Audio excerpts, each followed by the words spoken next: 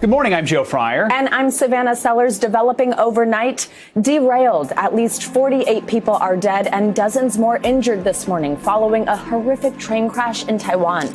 What we now know about what caused the island's deadliest rail disaster in decades. As it happened in Minneapolis, day 4 of the Derek Chauvin trial brought us key testimonies from the paramedics who responded to the George Floyd call. And what did his condition appear to be to you overall? In lay terms, I thought he was dead. We'll bring you more insight on that tragic scene and hear from Chauvin's former police supervisor on the defendant's use of force in this case. Good news, bad news. Today, the U.S. is slated to hit another coronavirus milestone, 100 million Americans with at least one shot under their belt. This as cases continue to rise, though, across more than half of the country, how the Biden administration is responding to the worrying resurgence. And freshmen, the pandemic has turned America's higher education system on its head. But for first-generation college students, COVID presents a true go-it-alone situation. My conversations with a duo of first-timers in their respective families and the hardships they're facing to blaze a new trail. Joe, this is one of those weeks where TGIF really hits for me. Yes. Every week's like that. I'm ready. I think of the move, it's cold again. It's just like, we need a break. Yes. All right. Happy Friday to everybody watching. And today we're going to begin with that expected milestone we are hoping to hit here in the fight against COVID. We're on track to hit 100 million Americans with at least one dose of the vaccine. It's a sign the rollout is speeding up. So far, more than 99 million people have received their first dose. Of those, 56 million are fully vaccinated, about 16% of the population. But as we head into a holiday weekend, we could be on the verge of a fourth surge. More than half the country is reporting an increase in cases. The highest spike is in Michigan, where infections are up more than 120% in the past 2 weeks. The New York tri-state area is also seeing new spikes 1 year after it was the U.S. epicenter of the pandemic. We'll have more on that later this hour. But first, let's begin with NBC News health and medical reporter Erica Edwards with the top headlines on the pandemic this morning. So, Erica, is anything being done to help out those states that are seeing a surge in cases? Are they getting more vaccine doses?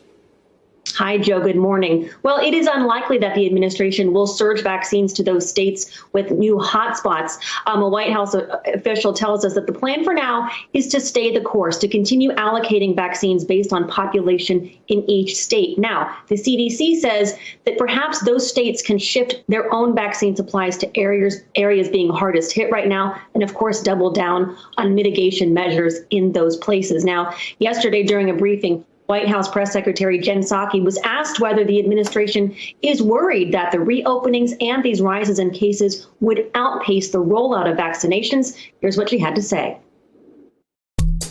I would leave it to our health experts to make predictions of that kind. I would say that what we have control over here is how rapidly we can get the vaccine out, how many locations we can ensure the vaccine is available to the public in. We can continue to do more to meet people where they are. That's where our focus is.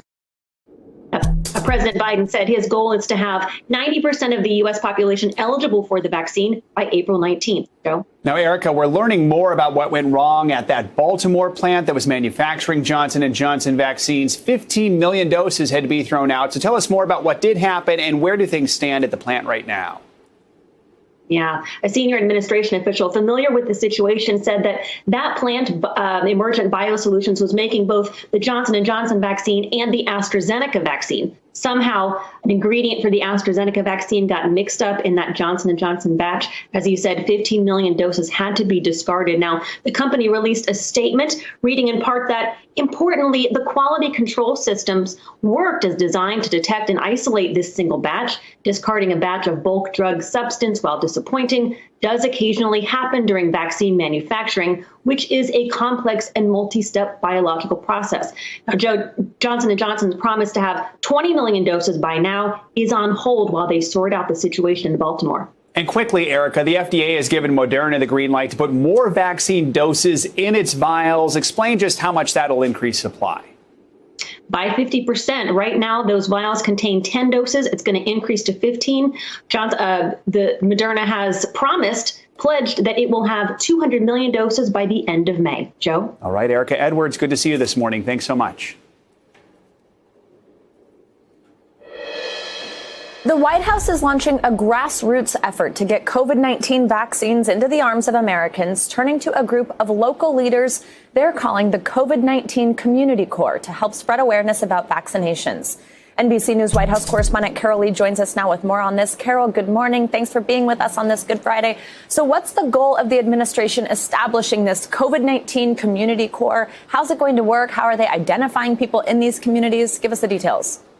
Sure. Well, this is part of the administration's, quote, "We Can Do This" campaign, and it's a national campaign. If you think about it, Savannah, like a presidential campaign, there's a broad sort of vision that they have. We can do this. Everyone needs to do their part and get the vaccine.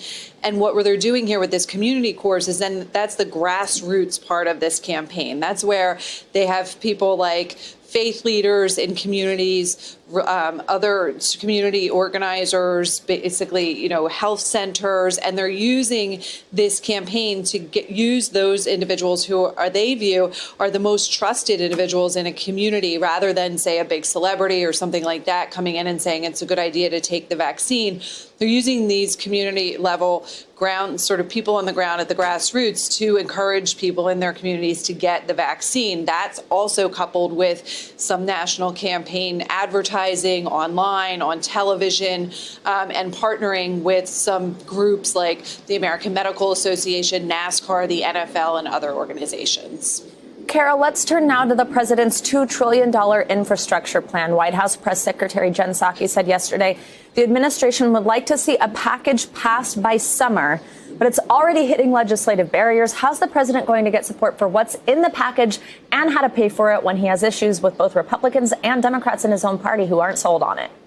Yeah, this is tough. If anyone thought that the COVID relief bill was an uphill climb, this is even steeper, Savannah. And what we're told is that the White House is going to begin having conversations with Democrats and Republicans, as we saw during the COVID relief negotiations at the White House after the Easter holiday. And the White House is saying that they are going to make an effort to try to get bipartisan support for that. But this is really difficult. Just take a listen to what Senate Minority Leader Mitch McConnell had to say.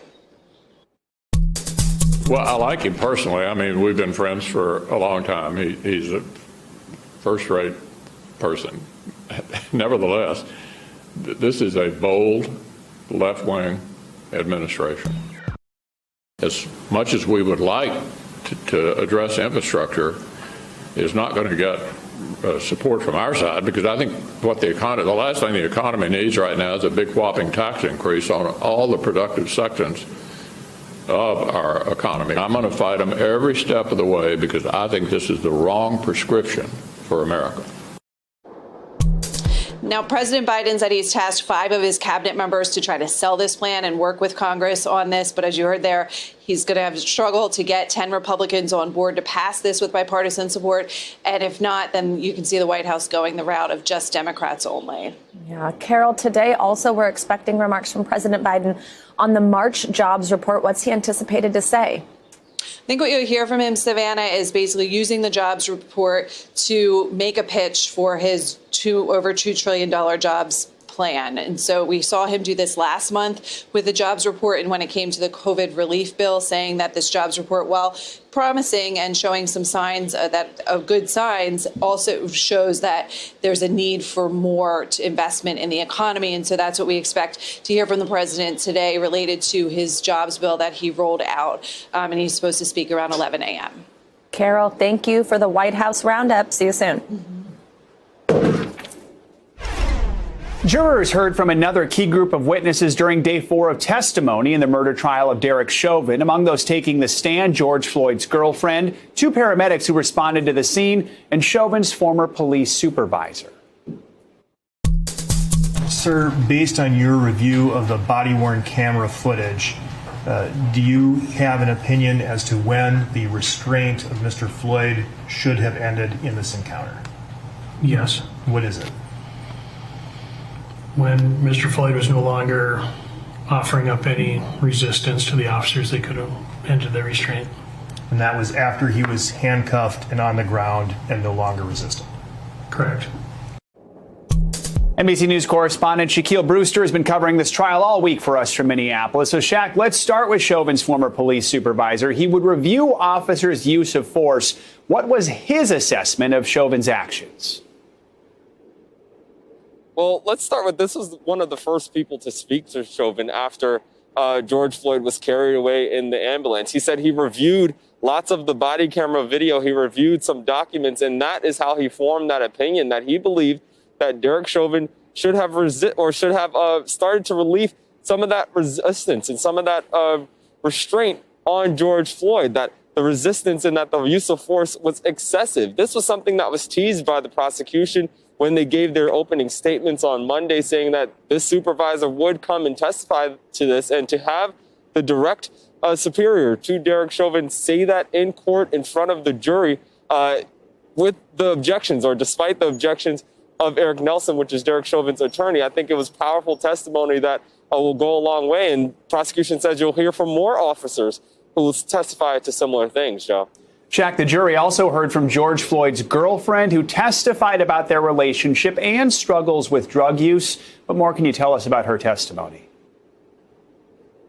One of the people who knew him the best, she got on the stand and she became emotional almost immediately. She talked about her love stories with Floyd, how they met, the first dates they went on, the type of sports that George Floyd liked. But they also talked about the struggle with opioid addiction, how George Floyd suffered from a chronic back problem and was prescribed opioids, and how that shifted into an opioid addiction. I want you to listen to a little bit of her testimony here. Both Floyd and I, our story, it's a classic story of how many people get addicted to opioids. We both suffered from chronic pain. Mine was in my neck and his was in his back. After prescriptions that were filled, and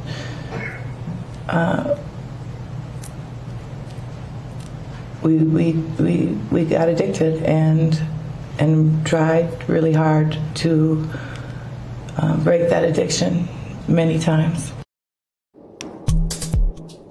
If you notice there, she was looking and glancing off to the left side of her, or to the right side of our screen, but to her left side, she was looking directly at the jury as she was telling that story.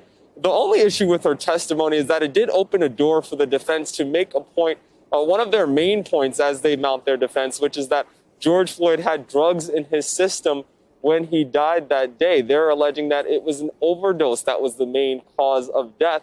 The defense definitely brought that up in cross-examination, but it was still powerful testimony, and it let the prosecution at least open that door themselves, so that the jury knows what to expect when we hear from the defense later in this process, Joe. Shaq, the other big testimony we heard yesterday from two paramedics who responded to the scene. So what did they describe when they were trying to administer aid to George Floyd? They said when they pulled up and first saw George Floyd, he was still under the knee of Derek Chauvin. He was still being restrained by two other officers. They say when they went over to get a pulse and check his pulse, Derek Chauvin's knee was still there and he did not have a pulse. They said he wasn't breathing. They said he didn't have a heartbeat. I want you to listen to a little bit of the testimony from the paramedics there. What did his condition appear to be to you overall? In lay terms, I thought he was dead. So, what did you do next? I kind of looked for my partner and told him I think he's dead and I want to move this out of here. Is it the practice to have police respond to those calls? Because when people are resuscitated or revived from an overdose, they can become violent or aggressive. It can happen sometimes, yes. Have you personally seen that happen? Yes.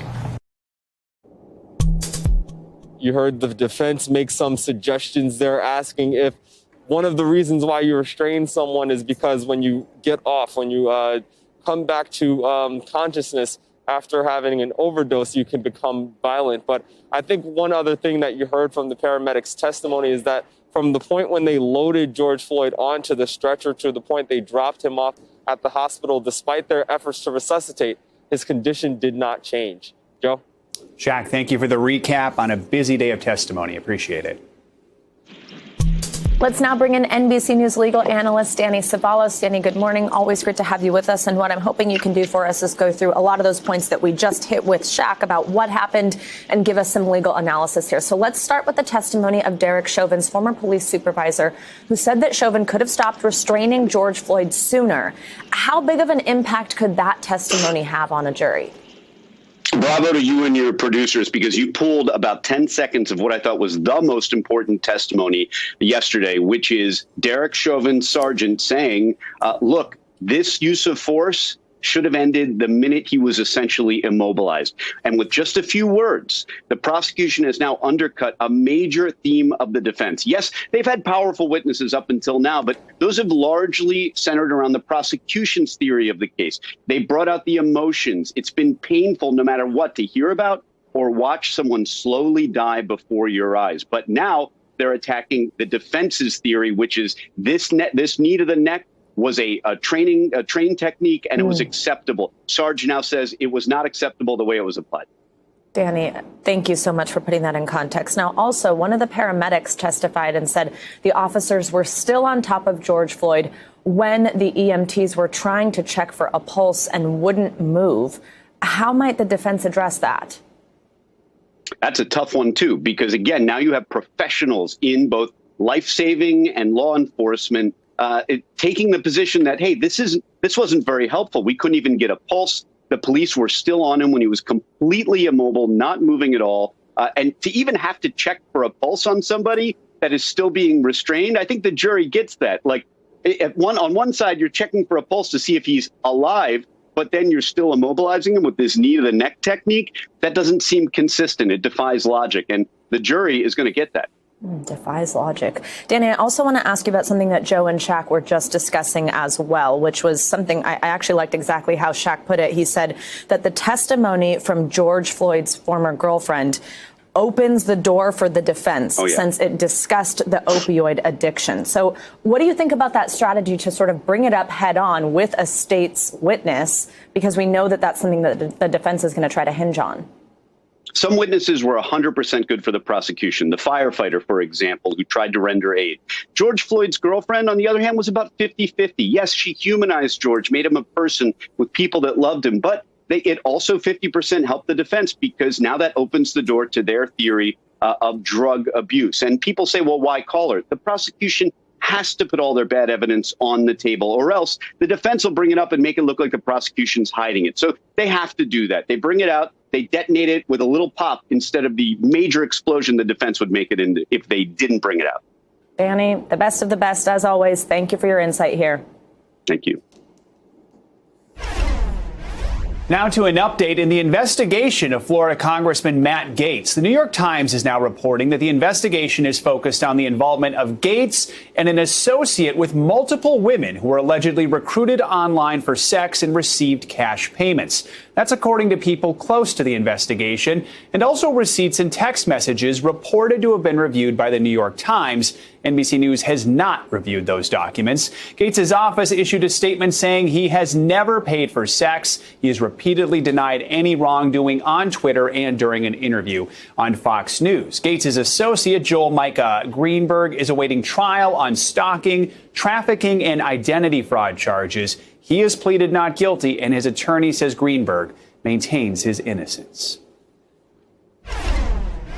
Developing overnight, rescuers in Taiwan are working to free passengers stuck inside a train after it derailed, killing dozens of people. So far, at least 48 people are dead and dozens more injured. The train was carrying hundreds of passengers. It derailed in eastern Taiwan after apparently colliding with a truck inside a tunnel. Taiwan's Red Cross is on the scene working to find and free several people still trapped in the wreckage. For more, let's bring in NBC News senior international correspondent Keir Simmons, who's monitoring all the latest developments from London. So, Keir, tell us more about the rescue efforts first. Has the Red Cross been able to free anyone, and how many people do they believe are still stuck inside the train?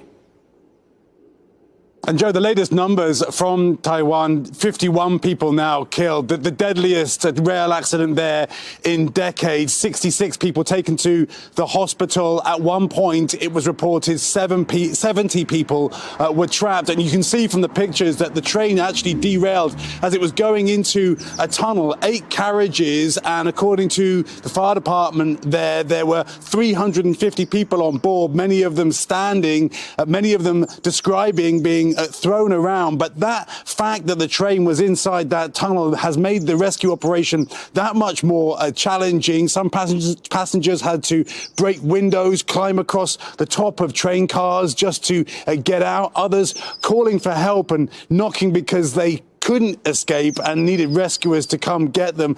The images really are distressing. Some of those cars just crushed by the force of the impact. A really devastating day for Taiwan, Joe. And Keir, we should note this is Taiwan's deadliest train disaster in decades. I know it's early, but do we know at all maybe how it happened? Well, what appears to have happened is that a construction truck has fallen onto the track. The train then collided with it. It's a high-speed train. It had many people heading to a festival for what is a holiday in Taiwan. That's initially what seems to be the case. And in the pictures, you can see this yellow truck. It is itself damaged beside the train. So if that is what's happened, and passengers describe hearing a bang, a loud impact before that they were then thrown around, then that helps to explain just why this has been so devastating, Joe. Keir Simmons with the very latest on this urgent rescue. Keir, thank you so much. And let's take a look at what else is making news around the world this morning. Raf Sanchez is back with us. Hi, Raf. Good morning. Savannah, Joe, good morning. Here in Egypt, investigators are looking into what caused that giant container ship to crash into the side of the Suez Canal. They've started interviewing the ship's 25-member crew and are going to examine its black box style recorder for any clues. Egypt says it's looking for $1 billion in compensation for the chaos caused by the week-long crisis. In Bangladesh, a fire near a Rohingya refugee camp has killed at least 3 people. The blaze broke out in a marketplace, and it's the latest in a series of deadly fires around the camps. About 1 million Rohingya refugees have fled violence in Myanmar in the last 4 years. And finally, in Belgium, police have used water cannon and horses to break up a crowd that gathered for a fake festival. The event was advertised online as having DJs and dance floors, but it seems to have been an April Fool's joke. Guys, Belgian government officials not finding it that funny. I don't really think that's that funny either. It's just kind of bizarre. Yeah, exactly. Here, come show up. There's a festival. It's not really a good joke. All right, Raf, April Fool's jokes aren't always good. Yeah, They're just they just happen. Yeah, interesting. Raf, thank you. All right, let's get a check on your morning news now weather. Janessa Webb, it's freezing. Yeah, did you guys think I was joking all week long? You did tell us. No joke. No joke. You should have been prepared, and we're going to continue to watch this cold weather. It's in effect until tomorrow morning, and then we'll start to see a gradual warm up. We have most of the East Coast. It's making its way into sections of the Midwest under some kind of freeze alert. 59 million people dealing with that. But did you see this home opener yesterday out of Cleveland where they saw about 3 to 4 inches of snow? This is like some true loyalty that is happening across this area. I mean, I know people were super excited to finally have baseball, but there was a good amount of accumulation. You know, I'm not a baseball fan, to be truthful, so I don't know who won that game, but I think the fans for the true winners sticking through this. Let's take a look what's happening for today into tomorrow afternoon. We're going to continue to watch the cooler air really be in place. The feel-like temperature in most spots in northern New England right now in the single digits, so some tough conditions across the area. But as I said, we are going to see a gradual warm-up Saturday afternoon all the way into Monday. Philadelphia finally at 66 degrees. Coming up in the next hour, I will show you that Easter forecast, guys. Love it. I love your teases, Janessa. And it sounds like a good tease, so we appreciate that. Janessa, thanks so much. Thanks. Coming up, the latest on Wednesday's mass shooting in Southern California. What local authorities are now revealing about the suspected gunman next.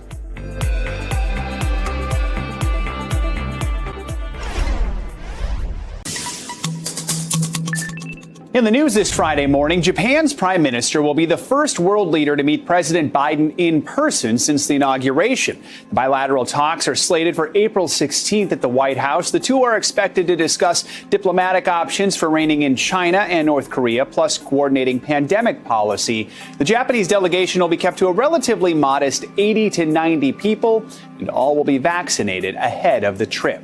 The S&P 500 climbed above the 4,000 mark yesterday for the first time in stock market history. Thursday was the first day of trading of the new fiscal quarter. Milestone came one day after President Biden unveiled his sweeping $2 trillion infrastructure plan and his proposal to raise the corporate tax rate to 28%. And ancient gold coins found in Rhode Island may be the key to solving one of the world's oldest cold cases. English pirate Henry Every intercepted an Indian trading ship back in 1695, stealing tens of millions of dollars worth of gold and silver. The King of England put a bounty on Every's head, sparking what is considered to be the first worldwide manhunt. But Every was never caught. Over the past few years, coins have been found throughout New England. Experts say they're evidence the notorious pirate made his way to the American colonies. Okay, that was a cool story. Very cool. Are you interested in pirate stories? I am. Are you going to keep bringing them to me and making that noise? No, only if I can say that. Please be my guest. Thanks, Joe. We're learning more about this week's shooting in Southern California that killed 4 people, and one of the victims was a 9-year-old boy. NBC News correspondent Steve Patterson is in the city of Orange, where police are now saying the suspected gunman had a relationship with the victims. Steve, good morning. Good morning, Savannah. Yeah, police say this was far from a random shooting, telling us that the shooter sealed off the entrances to that complex as he took aim at men, women, and a child, and all familiar faces to him. This morning, officials say the accused shooter, 44-year-old Amitabh Gaxiola Gonzalez, is in critical but stable condition. We got the guy right there. This photo from surveillance video inside one of the offices shows the suspect armed with a handgun and wearing a black backpack and black bandana. Police say Gonzalez used a semi-automatic weapon to kill 4 people, including a 9-year-old boy.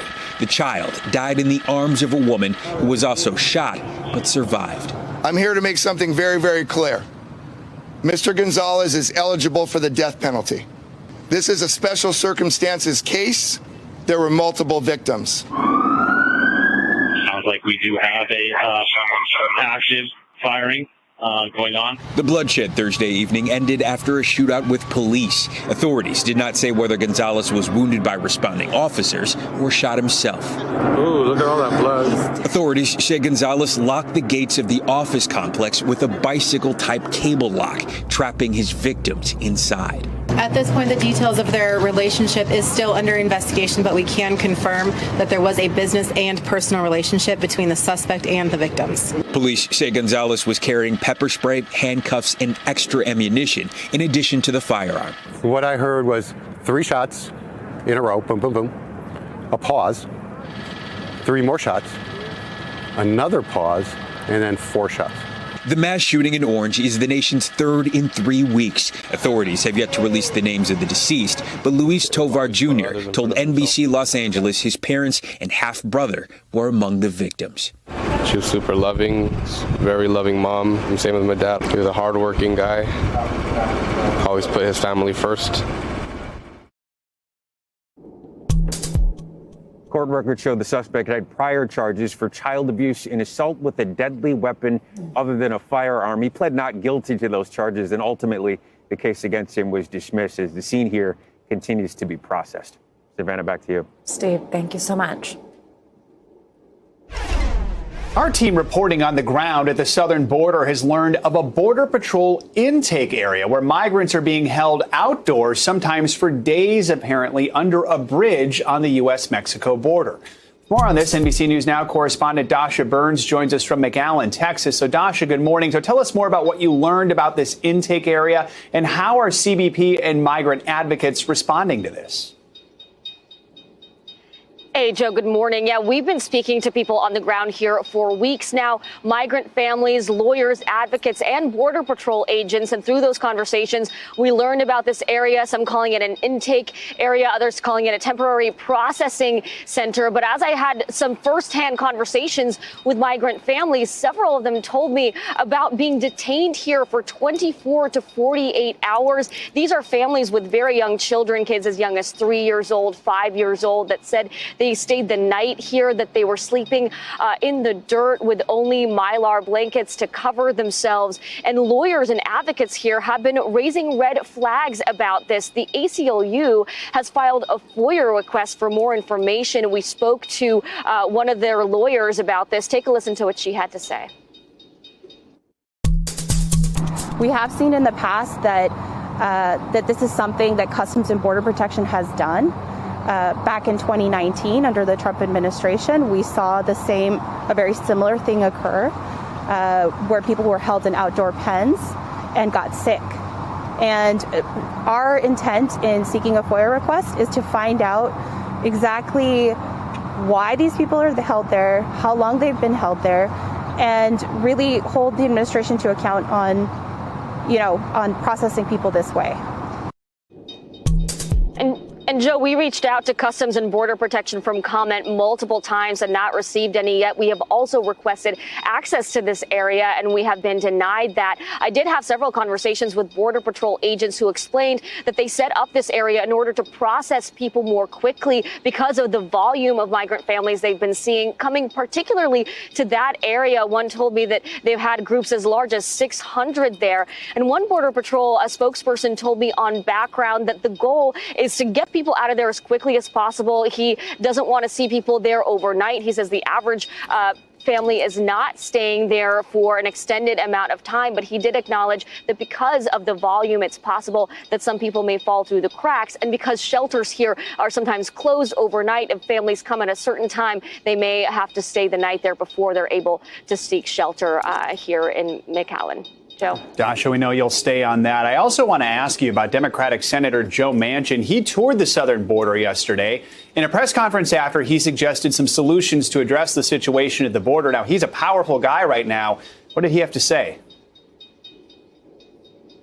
Yeah, Joe, focusing very much on border security, calling it a crisis and looking at this from a very centrist perspective, which he believes is the way to go about this right now. He suggested to take a stronger stance on this. He talked about potentially being open to returning to Trump's return to Mexico policy and also suggested a potential moratorium as a solution. Take a listen.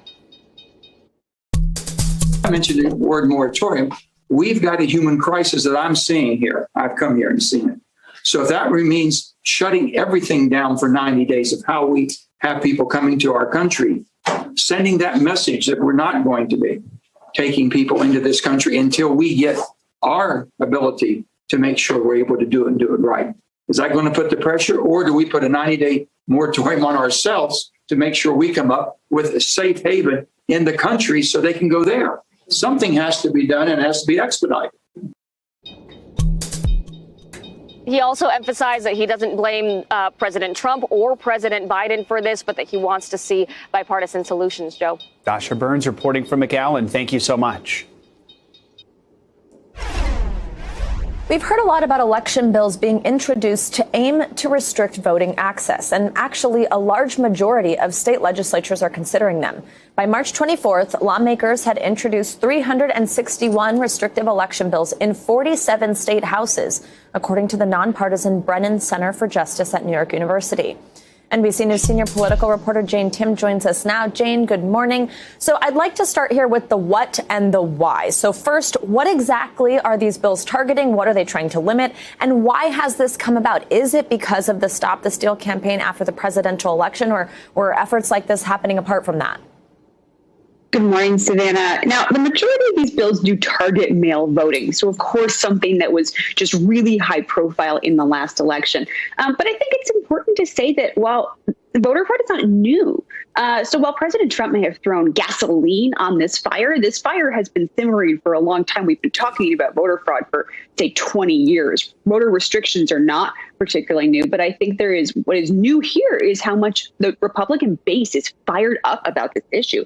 This is something that they are going to their lawmakers and saying, we want to hear more. At the conservative conference CPAC this year, it was a huge issue. This is a talker for the base. So Republicans feel like they have to respond to this base, even if they did help create this issue, create the doubt that they now say they need to close up and shore up.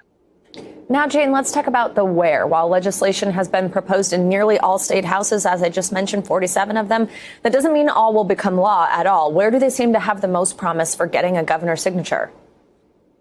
Yeah, so look to the states where you see them moving through committee or moving through state legislatures. About 24 states where you've seen some kind of action. That doesn't mean all of those are going to become law. For me, I am laser focused on states with trifecta Republican control or some way of working around whichever party of government is controlled by the Democrats, sorry. So look to Texas, Arizona, Florida, even Michigan, which has a Democratic governor, but a process to avoid her veto. So this is where you're going to see potential movement and possibly a governor's signature on some restrictions. Jane, yesterday we reported that companies in Georgia, like Delta and Coca-Cola, face pressure from activists to speak out against the bill there. And then they did, in fact, do that. Tell us about the impact these activists are having as they take aim at corporate America to weigh in here. Yeah, I think activists are really taking note of what happened in Georgia, where you see big business interests saying, you know what, these bills are not good for business and we do not like them, and using their clout to go against. Obviously, corporations are big donors of Republicans who often advocate for tax cuts for those big companies. So in Texas last night, we saw two business giants, Michael Dell of Dell Technologies and American Airlines, come out against restrictions in Texas. That's going to be a strong player in whether these bills actually make it all the way through the process and what they look like when they make it through the process. Jane, Tim, thank you so much. Coming up, NBC's Lester Holt sits down with Dr. Anthony Fauci for a one-on-one as COVID cases tick upward once again. Where the nation's top infectious disease expert stands on the troubling trend. Next. About 16% of the U.S. population is fully vaccinated against the coronavirus, but it's still a race to keep the pace of vaccinations ahead of a rise in new infections. Dr. Anthony Fauci spoke to Nightly News anchor Lester Holt about where we stand, starting with those Johnson & Johnson manufacturing problems. We just reported the loss of 15 million doses of Johnson & Johnson vaccine. Doctor, what's the result of that? What's the trickle down of that kind of loss? Well, fortunately, that is not going to interfere with the timeline that J&J promised to get the number of vaccines, the 100 million vaccines by the end of May to us. Importantly, none of the doses that have already been distributed to people, the J&J doses, have been part of that issue and that problem. It was an example, of checks and balances working. Let's talk about where we are right now. We're watching new infections climb. We're watching vaccinations climb as well. Where do these lines go? Where does this all end? Well, it ends, I hope, and I feel reasonably confident, Lester, that it's going to end with the vaccine winning that race. Indeed, we're concerned that we've plateaued at a high level, an unacceptably high level. Last count was 60,000 new infections in a single day yesterday. At the same time, we're vaccinating over 3 million people per day. Yesterday, it was 3.3 million people. So the vaccine program is moving along very smoothly. If we keep getting people vaccinated and don't pull back on the mitigation methods, namely the public health guidelines that we talk about, that we won't see that surge. But it's going to be important. We can't claim victory prematurely. You're still talking about mitigation. We're watching mask mandates have been lifted and air travel is up. Restaurants and bars are filling up again. People are going to baseball games. You watch that happen right now. Do you feel like you're not being heard? Your warnings are not being heard? Leslie, it's understandable why people want to do that. We have been restricted in our activities for a considerable period of time. And everybody, including myself, has some degree of COVID-19 fatigue. But the thing we try and emphasize is that this will end. We need to hold out just a bit longer and give vaccines a chance to really get the upper hand in this. And I'll guarantee as we get into the late spring and the early summer, you're going to see a return to gradual degree of normality that everyone is hoping for. But we don't want to do it prematurely. We don't want to pull back on all the measures when we see a very high plateau of daily infections. That's the thing that concerns me and many other public health officials. Coronavirus cases are increasing in one of the first epicenters in the U.S., right here, the tri-state area. That's New York, New Jersey, and Connecticut, and they're all reporting a rise in cases. In fact, in Connecticut, positive tests have gone up 55% over the past 2 weeks. Joining me now from Greenwich, Connecticut is MSNBC anchor Lindsay Reiser. Lindsay, good morning. First, it's good to see that you got back across the country safely from your home state of Arizona, where you were reporting for us earlier this week. So now tell us about this region. And I know that they were, of course, dealing with one of the first surges in the U.S. that we all remember. So what are the cases like now? And what do officials believe is behind the rise? Oh, Savannah, good morning. Good to be with you. I mean, we didn't need a reminder of the cost of COVID-19, but there is one right behind me. Each of these small white flags representing a life lost here in the state of Connecticut. Right now, there's about 7,900 of these, double the number since this display was up last summer. And the pastor here wanted to put it up for Holy Week, of course, as a reminder and also to help the community collectively grieve. Now, everybody 16 and older here in the state is eligible for a vaccine, but that isn't preventing this spike that we're seeing in cases, particularly among younger people, really anybody 55 and younger. In fact, there's a 40% increase statewide in the cases for people between the ages of 35 and 44. That's from the Yale New Haven Health Medical System here. So, Savannah, what's causing this spike, you ask? Well, at least people in Connecticut believe it is younger people that are not yet vaccinated and, of course, these highly transmissible variants, Savannah. Lindsay, one of the things also that I think was interesting in your reporting is the fact that though it is not good that cases are rising, that is bad news.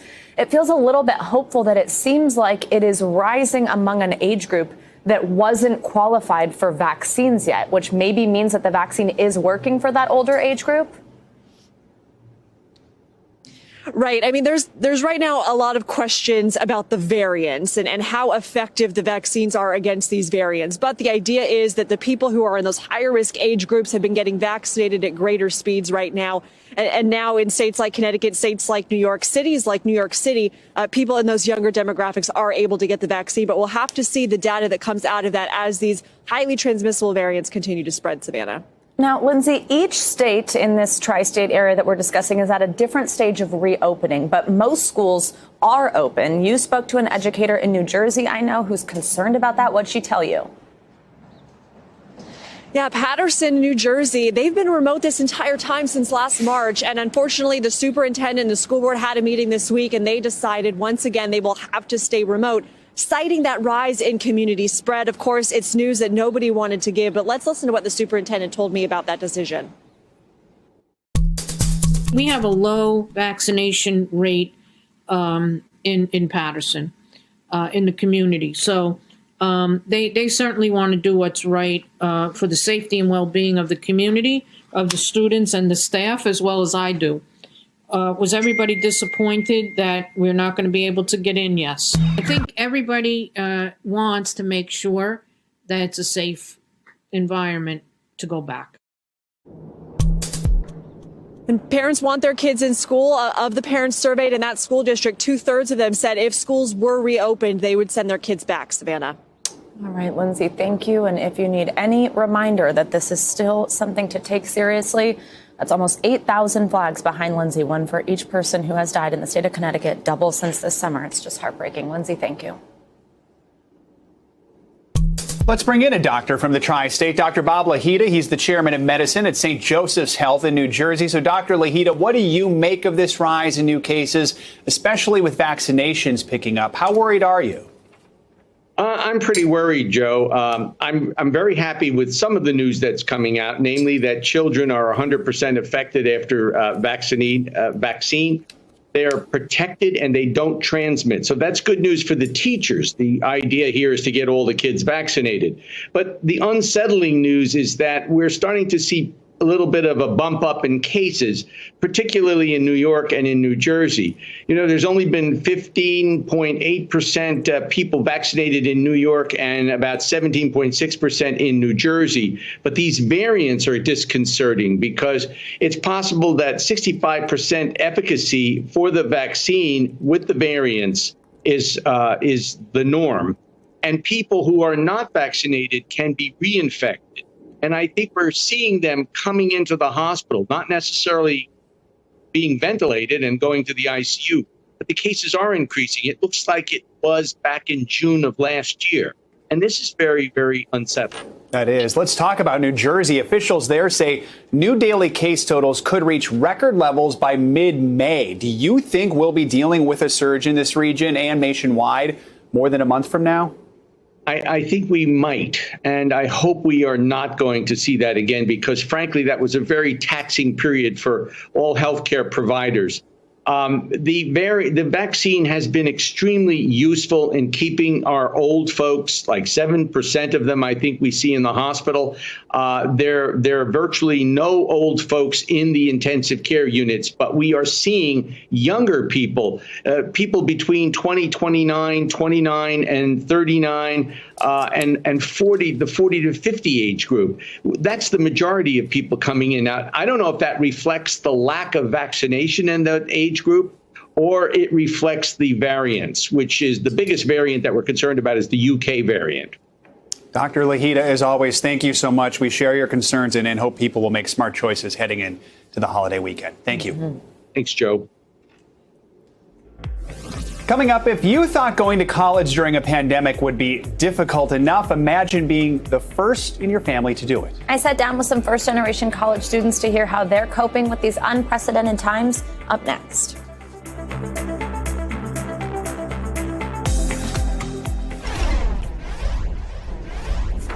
Being the first person in your family to go to college is so exciting, but it can be challenging. I know that firsthand because I was the first in my family to go to college.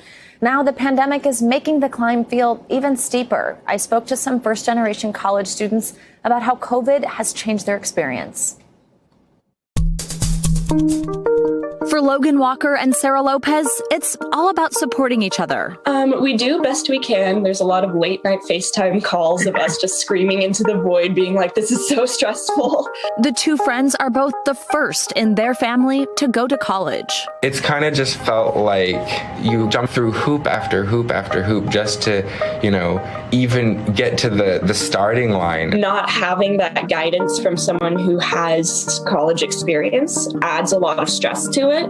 It's a story that's personal for me. I was the first person in my family to go to college, too. If it wasn't for me having that support of my parents, I don't know what would have happened for me because nobody in my family had done it. So I'm just wondering if you can talk a little bit through what this time might be like in a particular stressful way for first-generation college students. Not having the support from my parents to get there and know that it was an option made it harder. Now with COVID though, it feels like the goalpost has changed or moved, but it hasn't gotten easier. Logan's a freshman at Portland State, while Sarah was set to head to Vancouver Film School last summer before her plans were upended. I had housing figured out. I had my visa, everything was great. And then COVID hit. And so all of my dreams of going to my dream school and then starting a career in film and all of that just kind of ended very abruptly.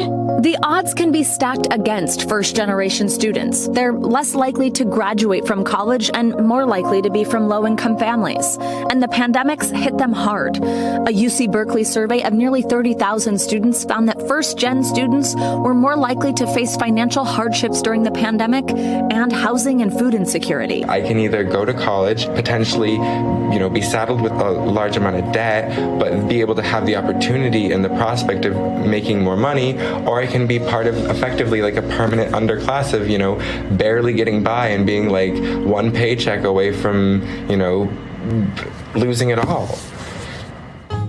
Being first generation can already feel isolating. And the pandemic's made it worse as students feel cut off from support systems like guidance counselors. A lot of the resources that were so much more accessible on campus aren't accessible to me anymore. I decided not to go to college next year, and I'm taking a year off to rethink my goals and what I really want to do. I actually ended up dropping out, and online courses just haven't been the best option for me. Once COVID started, I just knew that I wouldn't be able to handle school and work. The people behind the resources set up to support first-generation students are worried about reaching the ones they're trying to help. We saw more than half of the students who started an application didn't finish an application. And that's really disheartening. Hafiz runs Lucani Scholars, an organization that offers scholarships to low-income students. Most recipients are first-generation students. Here, what you had was a bunch of students who were overwhelmed, trying to juggle the responsibilities of virtual school, starting applications, and then suddenly, just sort of letting it disappear from their radar. And that's a real casualty of the pandemic. I have my school computer, the laptop that I have from school, and then to the other side, I have my work. Rachel's a Lucani scholar and high school junior. She spends her day at the salon where she works and takes her Zoom classes from there. It's definitely overwhelming. You put yourself into things that, you wish your parents could be doing for you, but the situations are different. And so I've learned to adapt, learning by myself, but being independent. Rachel and her mom immigrated from Peru 5 years ago. The day she left was the last time she saw her dad. I lost my father due to coronavirus in June 1st. He was in Peru and I was here in the United States. Losing him was just one of the most hardest things I've ever been in this short life. Rachel says she still dreams of being the first in her family to go to college. Pretty much what I've been through this year, I hope I never live through it in my life, but I'm ready for anything, really.